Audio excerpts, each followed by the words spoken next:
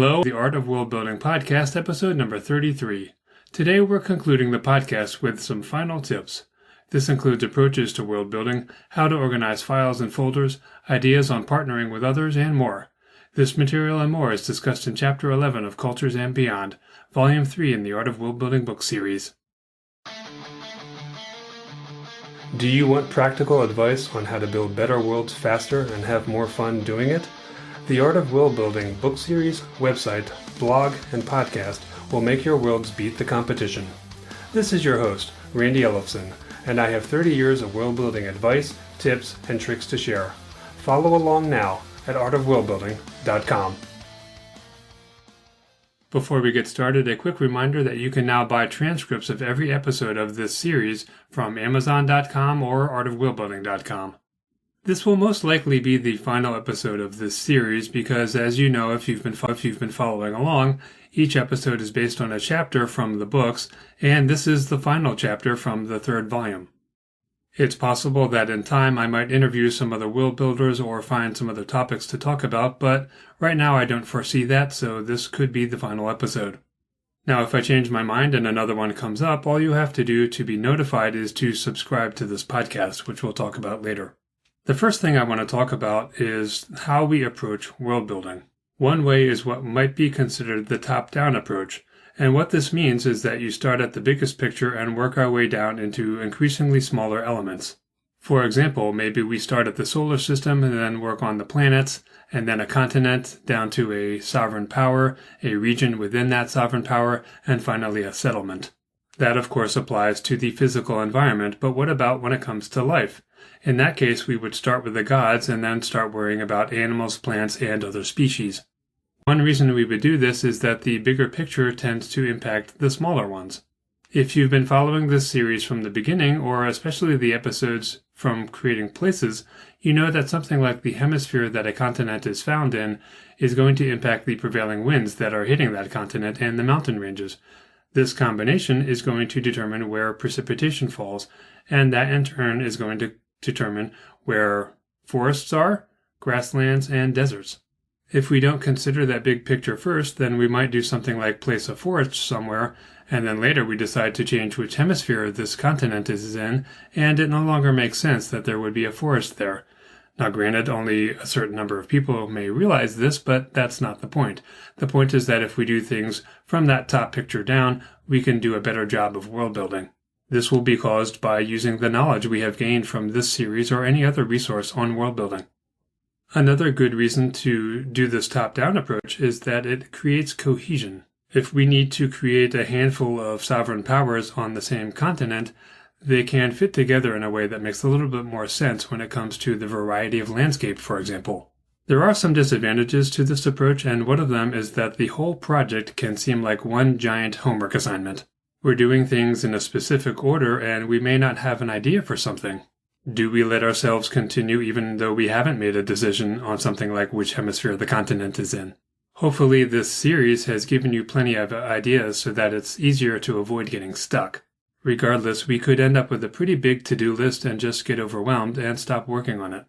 So there's an alternative, and that would be the bottom-up approach, which is basically the exact opposite of what I just said.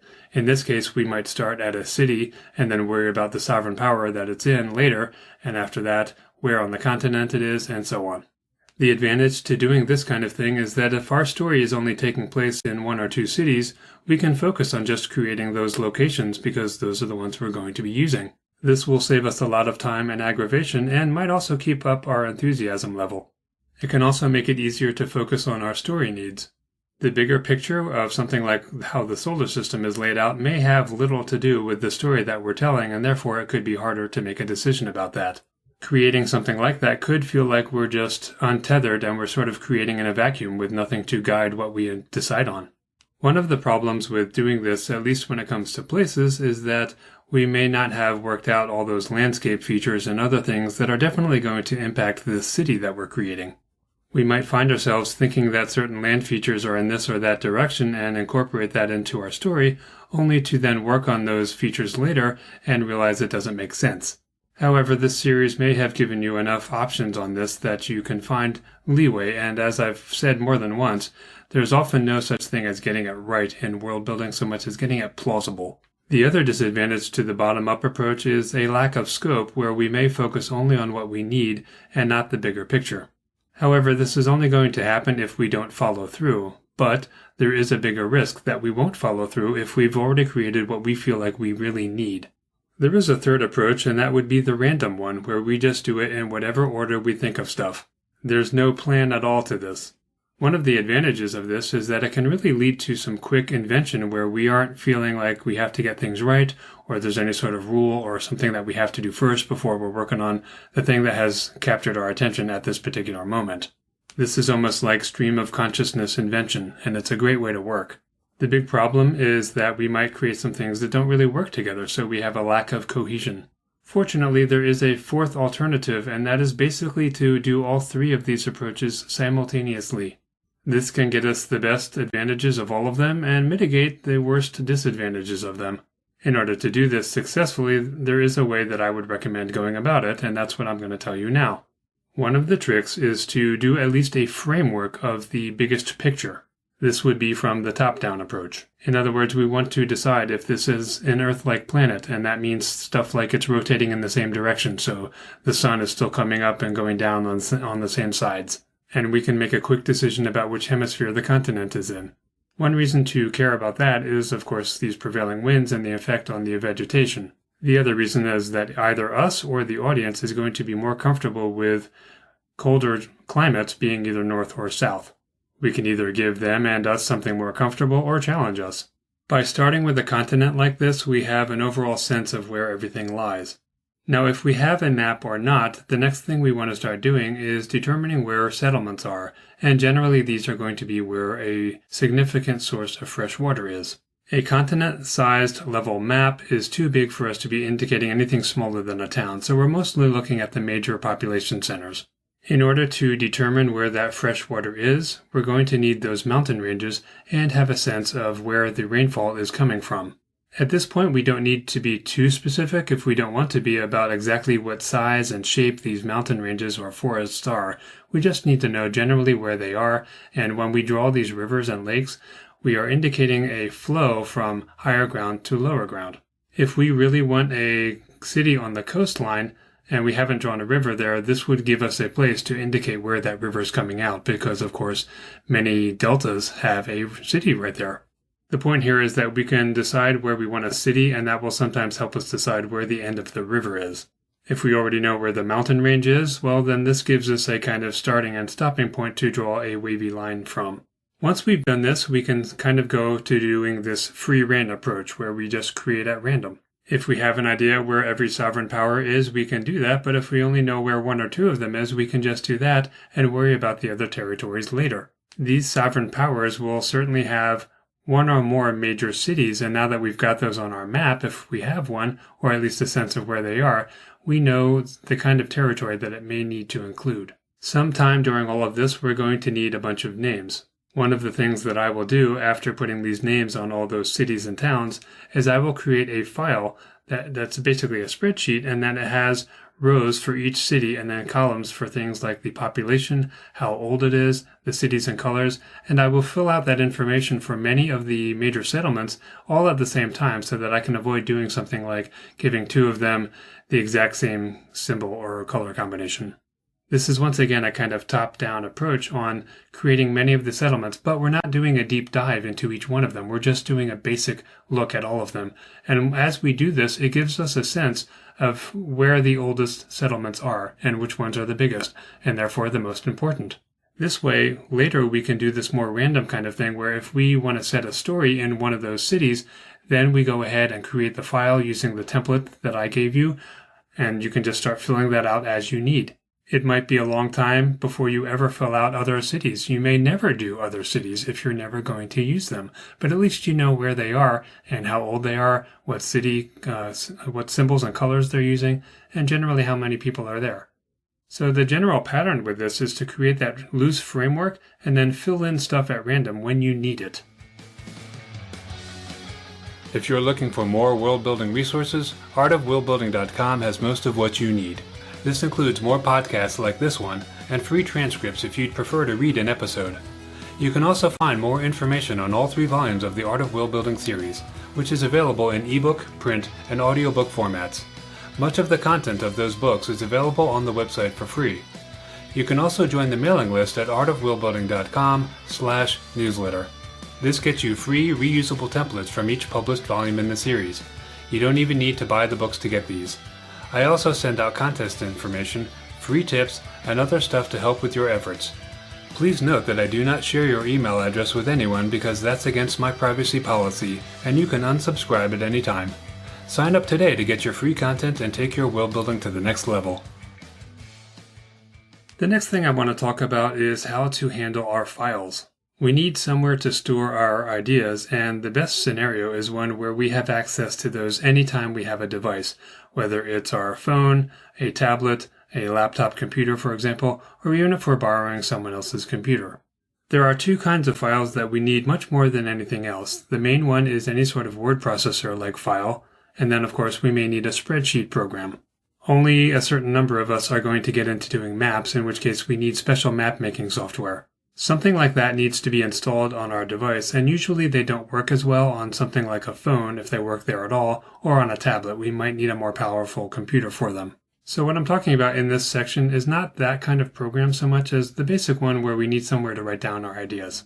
Now back in the day, the only option we had was the local computer hard drive. That was the only thing that was writable. When I went back and forth from home to work and I wanted to take some files with me, I used to use a writable CD later, and then a DVD, and finally a thumb drive or pen drive. Some of those are still an option today, but one of the problems with those is that we have to take it with us, and we could, of course, lose it. I've had a couple close calls with that myself, where one time it fell out of my pocket in my car, but I didn't know that, and I thought it fell out somewhere between my desk at work and my car, and I was kind of in a panic because my life's work was sitting there on this pen drive. Of course, I had a copy at home, but if someone else found it, they also had a copy at home. After that, I began encrypting those drives, but that was kind of a pain. Unfortunately, I found it and let out a huge sigh of relief. Today, I don't do any of that because I use Office 365, which I'll talk a little bit more about later. One of the problems with a hard drive is that they can fail, so we need another one to back up our content to. We used to have to connect another hard drive to our computer, but today we can have a home network where one is installed there, and we can even have a RAID setup. What that means is that there could be 2 drives in that backup setup, and when you copy something to one, it automatically gets copied to the other so that if one of the drives crashes, you've still got a backup. What this is not going to help with is if your house burns down, because that's going to kill all of your computers, including those backup drives. So it could be smart to take a copy once every month or 2 off-site to another location where you know it's going to be safe, like your parents or someone else, another relative.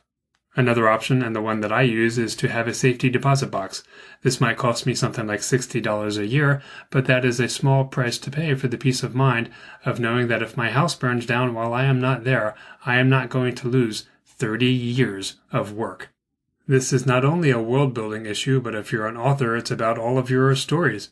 And if you're a gamer, it could be the same for all of that if you've got it digitally stored. We have another option today, and that is to store our information on a website of one kind or another. They offer the opportunity to access our files from anywhere, and this is a good thing. However, we all know that websites get hacked, so there's that. However, our local home computer and network can also be hacked. The question is, how likely is it that someone's going to target us? The answer is not likely unless we're famous, but it's possible that we could get it caught up in just a general hack. However, they probably weren't looking for world-building stuff. So even if they find it, they probably are going to look right past that because they're searching for our credit card information, for example. But if we are on Google or Office 365, those are pretty big targets, and there's a decent chance that they could get hacked and our information could be taken. There are also smaller sites that are catering to world builders, and it's much less likely that anyone is going to go after those, simply because there aren't going to be enough people there, and there's probably not nearly enough financial information, which is what hackers usually want, or something personal that they can compromise us with. Another consideration about websites is the terms of service and whether or not we are the sole owners of anything that we upload to those sites. I think a while back, Facebook caused some controversy by basically saying they can do whatever they want with your information, and they acquired some copyright in it, and then people pushed back on this. It may not have been Facebook, but you get the idea. These sites can do this kind of stuff, and sometimes they insert language into their terms of service, and most of us just click the OK button. We don't bother to read it, and then we're hoping that somebody somewhere will notice it if there's something really offensive in there, and then of course we all freak out. We make a big fuss, and then a company like Facebook backwalks on that. Creative people often worry, sometimes unnecessarily, about other people stealing our ideas, but if this is something that concerns you, it's something you need to pay attention to. Another issue about websites is that most of them cost money to operate, of course, and so they may be charging us a fee that's either monthly or yearly. Something else we need to consider is that these websites are not free usually, and so there may be a monthly or yearly cost to us. And for those of us who are already making money from any products released, this can be something that we can tolerate a little better. I briefly want to talk about a few specific websites, and the first of those is Microsoft Office 365. One factor to consider here is that you can access the online versions of all these programs like Microsoft Word, or you can do it through the installed program. Well, the installed ones are usually the fully featured one, and the website version is usually limited.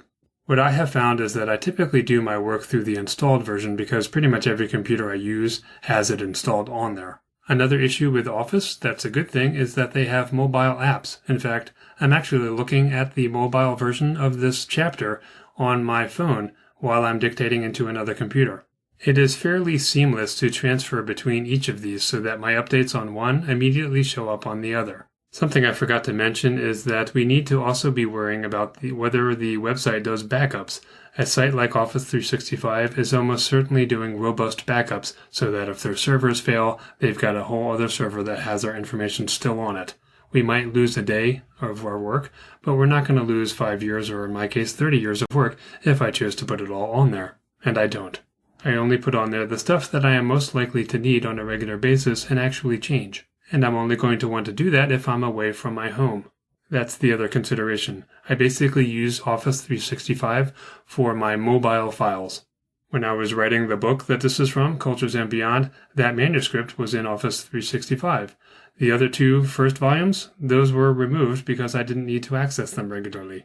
Now, when it comes to backups, the great thing about Office 365 is that it automatically syncs files to your home computer, for example, so that you can still do backups the old-fashioned way to hard drives. Another option that most of us have heard of is Google Docs, and this is one of the few that is free. I don't believe this allows the same kind of synchronizing automatically, but you can click a button, or a folder, and download stuff immediately. I used to use Google Docs, but one of the things that I don't like is that I really do most of my work in Microsoft Word, and I found that the formatting of the fonts in Google Docs did not really line up well, and there was no easy way to convert it. They say you can download it and choose a format, but it never looked the same as my other stuff, so I always had to use the format painter to fix all of the text, and this could sometimes be quite tedious.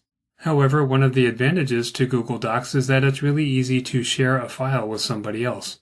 They're also presumably doing significant backups so that we would not lose much if one of their servers failed. They also have a whole bunch of mobile apps that you can work on through your phone or a tablet. However, there is no installed version of their apps, and one of the problems with this is that it's not going to be nearly as powerful as something like the installed version of Microsoft Word. That said, we probably don't need most of the features of Word. In addition to those two sites, there are a number of world-building sites that have cropped up in the last few years. I'm not going to list these because they could change at any time, and all you have to do is Google world-building sites. These are going to be websites, so they do offer the ability to log in from anywhere. However, I don't think any of them have a mobile app. They may also limit your ability to download your files because they've got a specific format where everything is being typed into not an open text editor, but a field that has been set aside for you to enter that information. Some of them probably do have editor-like features, but I don't think they're going to be as robust as either Google Docs or Microsoft Word and the Office 365 platform. Some of these sites offer world-building advice or prompts to help you get going, but of course you can get that from anywhere, such as this podcast or the series of books, or podcasts and books from other people. You don't necessarily need it from a website where you are storing your ideas. That would appear to be one of the main draws of these sites. Something else we must be concerned about here is how they are doing backups. These sites are being run by individuals, maybe a handful of them. Do we know if they're storing all of that information on a server in their basement or if it's stored in a professional web service provider? This is something that may be spelled out on their site, and if it's not, then I would strongly suggest that you ask before putting your material on there. I have heard of a few people saying that there was a server crash, and despite the best efforts by the site owners, they lost everything.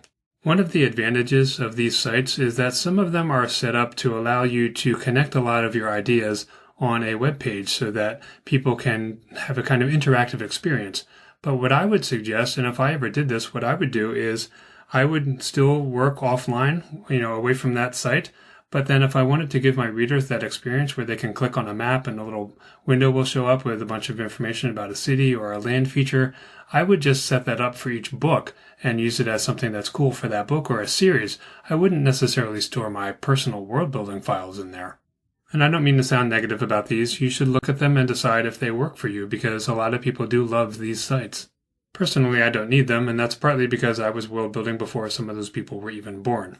In other words, aside from occasionally switching from my hard drive to Google Docs and then to Microsoft Office 365, I'm basically fine with word processing files, Excel spreadsheets, and then of course the occasional map program.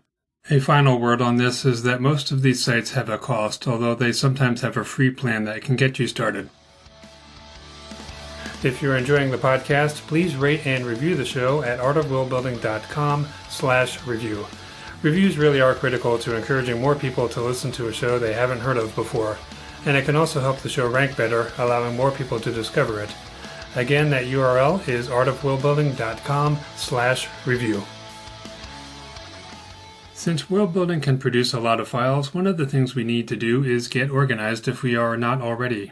Some of those world building sites will basically take care of some of that organization for us because they've got a set way of doing things. One reason to check out those sites is that you might like the way they organize things, but then again, you may not. What I'm going to suggest now is a potential folder structure, and this is one that I have used before, and I've also changed it many times. I would suggest that you choose something and then live with it for a while, and if you want to change it, you're going to know why. Something won't be working about the way you've got it set up. So you may not like this idea, but what I do is, of course, I have a folder for the name of the world. Within that, I might have another folder for life. Within that, there could be another folder for animals, one for plants, monsters, the supernatural, and species. At the same level as that life folder, I might have multiple folders, one for each continent, and then within each of those, I might have another folder for the maps, another for the settlements, and another one for the sovereign powers. But let's talk about another way of doing this. I could have a folder for all of the animals, with each animal being its own file. Or I could put all of the animals into a single file. In that case, I wouldn't need the folder. I could do the same thing with species, where I have 10 species files inside a folder called species, or I could just get rid of that folder called species and have all of my 10 species inside a single file. One reason not to put so many species, for example, in a single file is that it can be hard to navigate within that file. However, Microsoft Word has something called the navigation pane, and this basically opens up on the left side a collapsible and expandable outline of where everything is. And basically, you can jump within your file very easily by clicking on one of the headings that you've used. This is a feature that I swear by. If Microsoft ever gets rid of it, I will likely storm their offices and demand that they put it back. What that feature allows me to do is put a lot of information into a single file and keep it easily organized and navigatable. This is one reason why I didn't like Google Docs, because that did not exist. When it comes to files, I've already discussed a few, like that spreadsheet listing all the cities and giving high-level information on them. In a spreadsheet, you can have multiple tabs, so I have one for cities, another one for life forms like species, another one for animals, another for plants, and another one for, say, the gods. The information that I put into those is the high-level stuff so that I can see at a glance a bunch of information about all of them at the same time. Otherwise, if I have, let's say, 10 species and I have 10 different files, then I have to open up 10 different files to see what's going on. But one of the things we need to try avoid doing is duplication of information. So let's say that I've put the city colors into my spreadsheet listing the city colors of every settlement, and then I have a file for that settlement, and I've listed that city colors there again.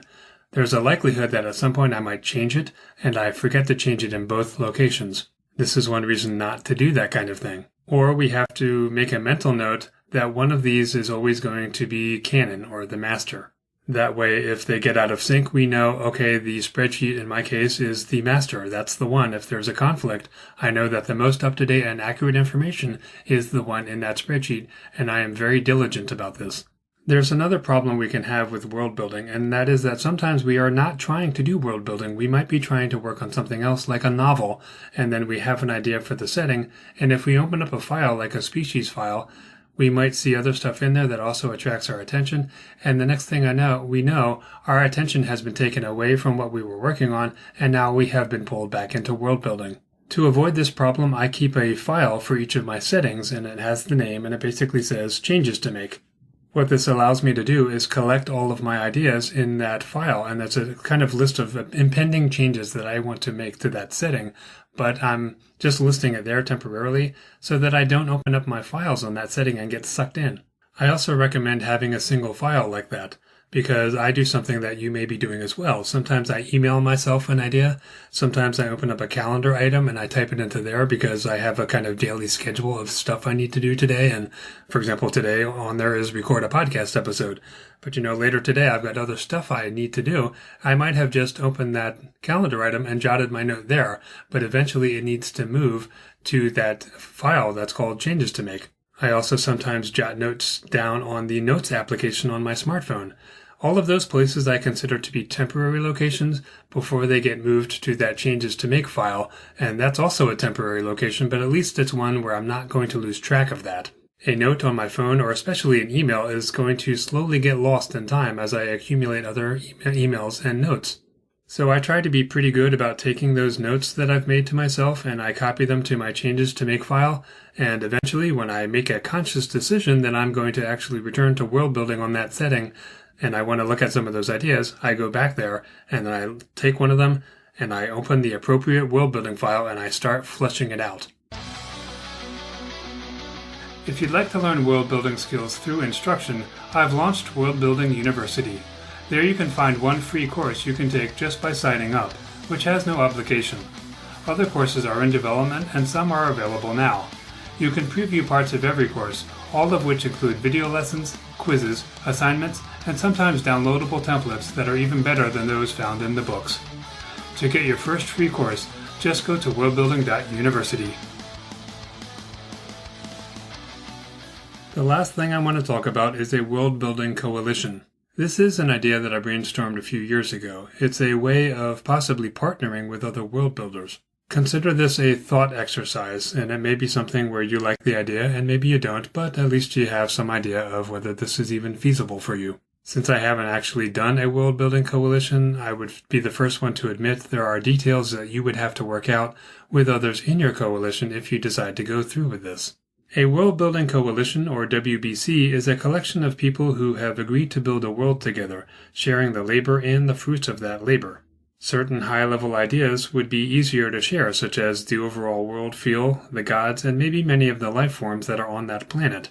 We may even be able to share sovereign powers, although I do recommend that each person get a sovereign power of their own that they can do whatever they want with, and they are the owner of that, basically. Such a person would be a world-building owner, or WBO. One of the things that would be needed for this to work is what I'm going to call a covenant, or kind of a contract or agreement about what is possible, and I'm going to go into some details here, but the basic point is that no one wants to go in assuming that everyone's going to be fine with everything that's happening, and that if a dispute comes up, everyone's going to just figure out how to work it out. An analogy that comes to mind is with rock bands where they don't have any contract in the beginning, whoever's writing music is just writing it, and then they become famous, for example, and then some of the writers are getting the money and the people who are not writing are not getting any money, and there starts to be all this tension about who's making what. More than one band has broken up over this, and more than one friendship has broken up over similar disagreements, so that's something you want to consider and avoid right from the beginning if you can.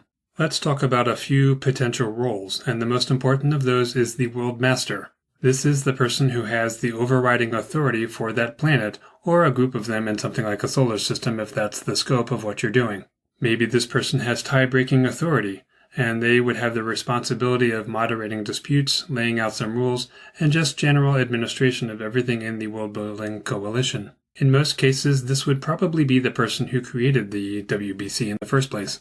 This person would probably need a backup person in case they are indisposed temporarily. Another important role would be the Continent Master, or CM.